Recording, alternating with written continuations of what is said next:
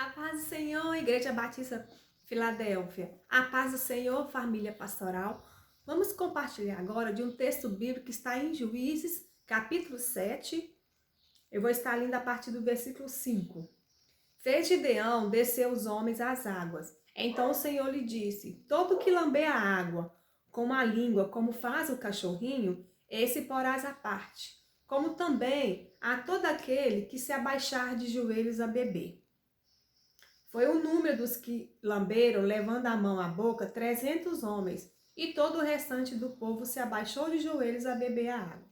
Então disse o Senhor a Gideão: com estes 300 homens que lamberam a água, eu vos livrarei e entregarei aos midianitas nas tuas mãos, pelo que a outra gente toda que se retire, cada um para o seu lugar.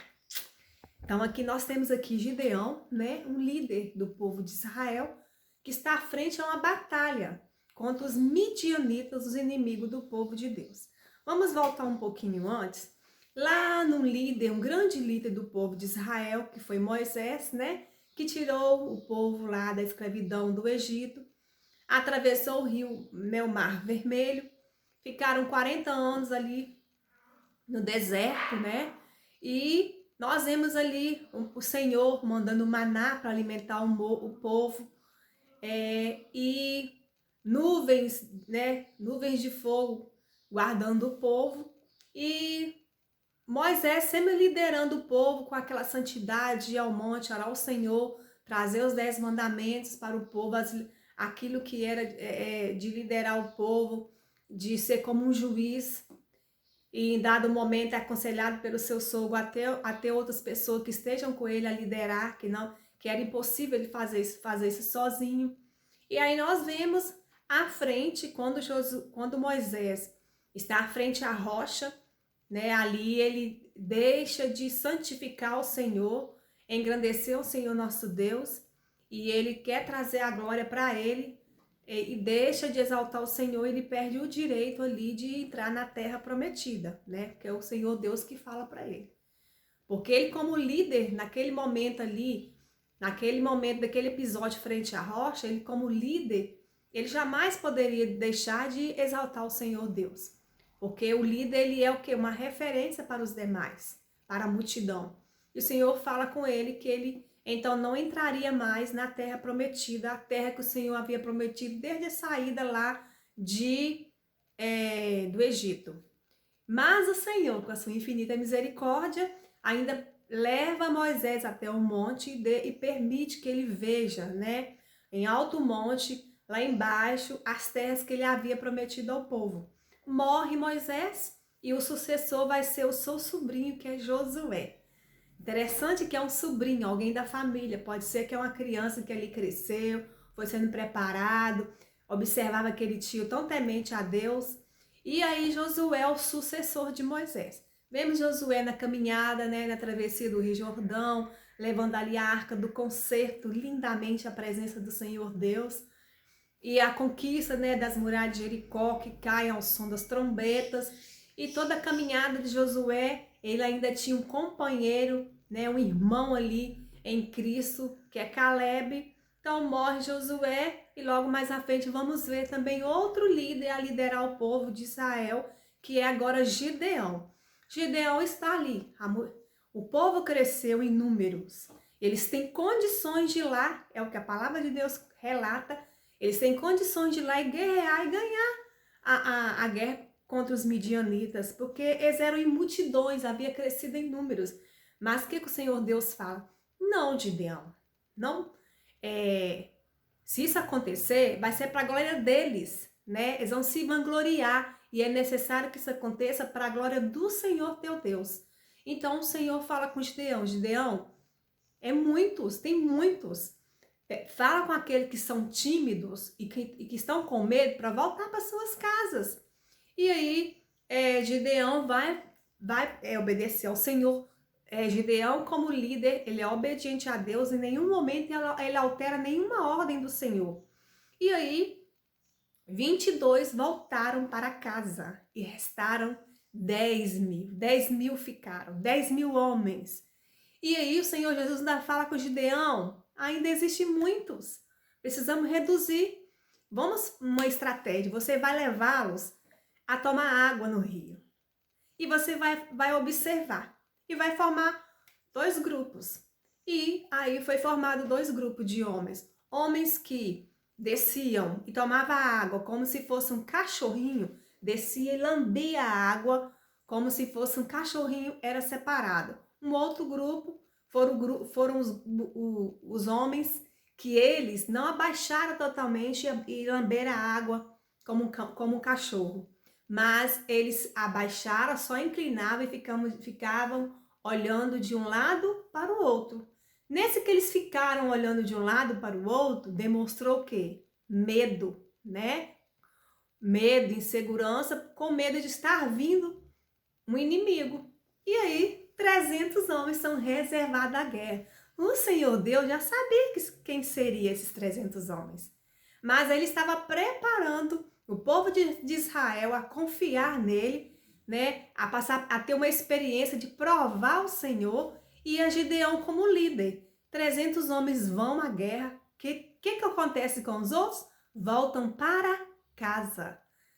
Os 300 vão, já é noite, e eles levam, depois de um sonho que Gideão tem da parte do Senhor, então eles montam uma estratégia de guerra, eles levam consigo cântaros, levam na mão direita uma tocha de fogo e trombetas. E lá eles chegam, já é noite, e os homens, os inimigos medianitas estão acampados para a guerra, né? Eles chegam, quebram os cântaros, toca a trombeta e, além disso, eles deixa eu lembrar novamente. Eles tocam as trombetas, quebram os cântaros e eles começam a gritar. Importantíssimo. Espada pelo Senhor e Gideão. Espada pelo Senhor e Gideão. Glória a Deus. Glória a Deus. O que acontece? Os soldados inimigos midianitas, confusos, eles começam a correr para lá e para cá. Eles começam a escutar e não entender, começam a espizinhar um ao outro, pisar em cima do outro. Enquanto isso, acabam pisando em espadas, alguns saem correndo, fugindo, e acontece o quê? O povo, os 300 homens, entram e ganham a guerra. Ganham a guerra somente 300 homens. E os outros perdem por medo, por covardia. E aí, eu quero trazer para nós, nesse tempo hoje que nós estamos vivenciando de pandemia, 300 homens foram reservados para estar frente à guerra e os outros voltaram para casa. Vamos pensar aqui nesse tempo que nós estamos vivenciando, de pandemia e isolamento social. Existe um grupo que está a guerrear frente à guerra, que são soldados na guerra, que são os médicos, são os enfermeiros, são o pessoal da limpeza, que limpa, que cuida da higiene do hospital, psicólogos que atendem as famílias que vivem situações difíceis nesse tempo. E existe um grupo que foram para casa, que são os profissionais hoje que estão em suas casas. Hoje, né, o cotidiano na sociedade modificou, nossa vida foi modificada, né? Existem aqueles ainda que saem das suas casas e vão trabalhar, porque não tem como não fazer isso. Mas a nossa vida modificou e existe aqueles guerreiros frente à batalha, que são esses profissionais da saúde. Mas eu quero trazer para nós aqui que existe também um outro guerreiro dessa guerra. Existe outros soldados que estão guerrear essa guerra, que é a igreja do Senhor Jesus na face da terra. Quando nós dobramos nossos joelhos, nós clamamos pela misericórdia, pela compaixão do Senhor por nós, pela igreja espalhada na face da terra, pelo povo, pela nossa nação, pela nossa cidade, pelo nosso país. Somos soldados do Senhor a guerrear. Então, quando o nosso pastor no culto faz aquele clamor no final, que nós dobramos nossos joelhos, nós clamamos ao Senhor, seja num culto online, seja no culto, com todo zelo e cuidado dentro da igreja, quando outros pastores fazem isso, nós estamos o quê? Sendo soldados a guerrear. Mas aqui, a nossa guerra, ela é o quê? Espiritual. E qual é a nossa arma? A arma é a palavra do Senhor Deus. A nossa arma, irmãos, é a oração. A palavra para nos sustentar firme, a palavra para nos instruir, como Gideão foi instruído. A palavra de Deus para nos trazer a força, a coragem, a alegria em tempos difíceis. E a oração para que nós possamos, como o Senhor Jesus nos ensinou quando ele subiu aos céus, no nome do Senhor Jesus, repreender a enfermidade, repreender a doença, repreender todo o mal, e que no nome do Senhor Jesus, que esse vírus ele seja dizimado na face da terra. Nós temos certeza e cremos que o Senhor Deus, com todo o poder e graça, num clique, ele tem o poder de desfazer tudo. E nós, como servos, soldados do Senhor, nós temos o clamar o sangue do Senhor Jesus por todos nós, espalhada na terra. Então, existem soldados que estão à frente e a igreja do Senhor é a que está a guerrear, que também está sendo como soldados do Senhor, avante a guerra. E eu quero falar também um pouquinho de algo que eu tenho pensado sobre 3 perfis de pessoas nesse tempo de pandemia. Nós temos aquelas pessoas que diante desse tempo, elas têm uma atitude, um comportamento de negação. Elas vão negar a situação o tempo todo. Lembra lá no início, quando alguns diziam assim, é só uma gripinha, vai passar. Alguns não querem usar aquilo que é o pedido, né, às autoridades para ser usado, que é a máscara, todos os cuidados possíveis de distanciamento, e aí não leva isso tão a sério, e por vezes você vê um comportamento da negação da realidade. Em psicologia, nós vamos aprender que isso é um mecanismo de defesa da negação que Freud tanto fala, né? E essa pessoa, ela vai dispensar, esse grupo de pessoas, eles vão dispensar de uma energia psíquica muito grande, né? Essa energia psíquica, ela demanda, assim, muito da pessoa. Esse grupo, ele vai estar sempre se esforçando para ir contra aquilo que é real, que está no noticiário, que não é na nossa cidade, não é em Minas Gerais, é no Brasil, é mundo, é planeta Terra, não é isso? Então, vai demandar desse grupo de pessoas que tem um comportamento da negação, sabe, gasto de energia muito grande. E tem aquele outro grupo, que é aquele grupo demasiadamente cuidadoso, que chega a ser exagerado com os cuidados frente à pandemia, que exagera, que está sempre em busca das notícias, se a curva desceu, se a curva subiu, quantos já se foram, e com a higiene pessoal, aonde vai, com o uso do álcool gel, até com a máscara, é demasiadamente exagerado. Então esse grupo é aquele grupo que vive uma ansiedade extrema ao ponto de desenvolver até o TOC, né? Que é o transtorno obsessivo compulsivo, ou até uma ansiedade generalizada, porque a pessoa não está conseguindo controlar a sua ansiedade. E tem um outro grupo, que é aquele grupo que é sensato, que ele percebe a dificuldade, ele vê o quanto que é real, que é fato, e ele cuida de si, cuida do outro. E aí? E aí, irmã Dinalca? Então, eu não vim aqui dizer quais desses perfis está errado ou está certo. Não, porque isso demanda muito do comportamento de cada um, de como cada um funciona, né? Isso tem muito a ver com a criança que cada um foi, né? Nós nos tornamos adultos, mas por vezes aquela criança que está aqui dentro de nós, às vezes ela quer vir à tona. Às vezes ela quer vir com uma pirracinha, às vezes ela quer vir querendo ser aplaudida, às vezes ela quer fazer algo para chamar a atenção para si, para que o ego seja elevado. Então, algumas vezes, a negação envolve essa criança lá, que cada um foi, né? E às vezes precisamos voltar lá e conversar um pouquinho com essa criança. O que eu quero dizer? Que nós podemos, no dia a dia, observar o nosso comportamento e buscar melhorá-lo, né? Então, cuide-se. Você que está aí do outro lado, busca cuidar-se, faz uma autoanálise, faz uma reflexão do seu comportamento e vê o que você pode estar melhorando. Sentir tristeza, sentir alegria, chorar, é normal, né? O que não pode acontecer é essas emoções estar descontrolada, exacerbada. Sentir tristeza profunda é um caminho para a depressão, né? Uma tristeza que ela estabilizou, que é só tristeza, ela já é um caminho à depressão. Uma alegria exagerada, ela é o quê? Ela é uma euforia. Até a alegria exagerada, ela não vai causar bem, porque chega a ser uma euforia caminhando para um transtorno, né? Então, nós podemos observar o nosso comportamento e buscar cuidar.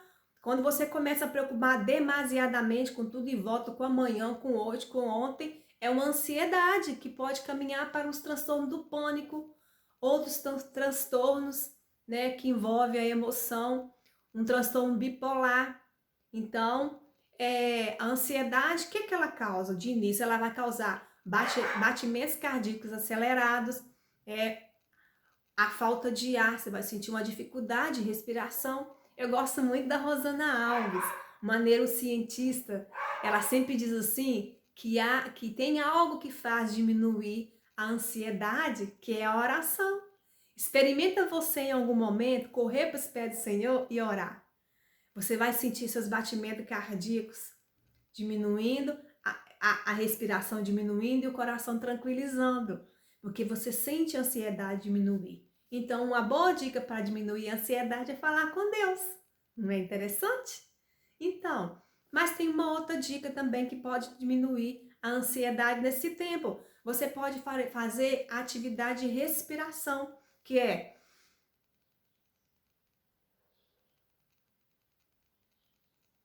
você inspira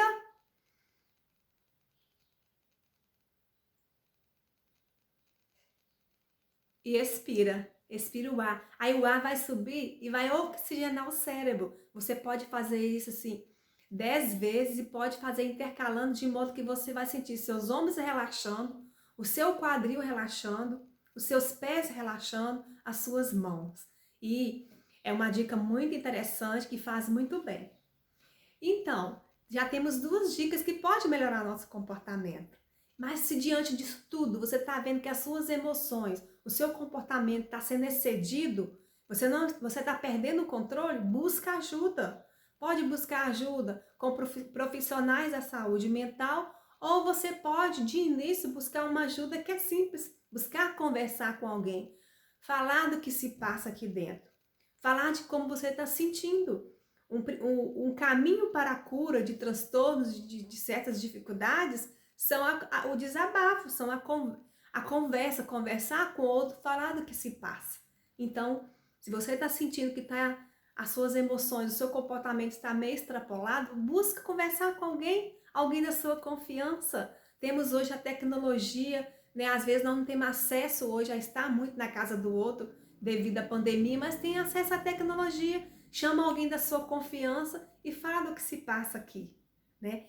Mas ainda assim eu creio que nesse tempo que nós estamos vivendo, o Senhor Deus está trazendo muitos sonhos que foram engavetados à realização, à concretização. Eu creio que o Senhor está contemplando muitos corações aí e nós teremos testemunho da mão do Senhor, como sempre, conduzindo e no controle de tudo. E confiar no Senhor é fazer como Gideão, deixar Ele trazer as estratégias, nos ensinar, nos levar o tempo todo a confiar nele, né, irmãos? E brasileiro, ele é batalhador, brasileiro é guerreiro, brasileiro às vezes está sofrendo aqui e está com o olhar lá na frente e pensando o que pode ser melhorado, o que pode buscar fazer, né? Brasileiro, ele sempre está buscando ressignificar não só em superação, não, mas o que eu posso aprender desse tempo. Depois que tudo isso passar, o que eu vou levar para a minha vida adiante? O que eu posso melhorar? O que eu posso modificar? Então, brasileiro é um povo abençoado por Deus. E eu quero concluir dizendo que, além disso tudo, a igreja do Senhor espalhada na face da terra, ela é o quê? Guerreira, soldados do Senhor, que está a clamar, a orar pedir ao Senhor pela sua infinita misericórdia e compaixão, sabendo que nós somos totalmente dependentes do Senhor Deus e que a nossa vida, a nossa cidade, o nosso país, nós depositamos na boa mão do Senhor, aos seus cuidados e confiantemente que Ele que está no controle, Ele tem o poder de dar vida, de atirar, Ele que põe, Ele que tira, Ele faz, Ele desfaz. E assim nós descansamos no colo do Senhor Jesus Cristo. Nós descansamos do Senhor. E é isso, irmãos. Cuide-se. Olhe o seu comportamento, tente observar, buscar o que fazer para melhorar, busque ajuda e no mais é confiar no Senhor, continuar confiando e guerreando essa luta e adiante, avante. Amém?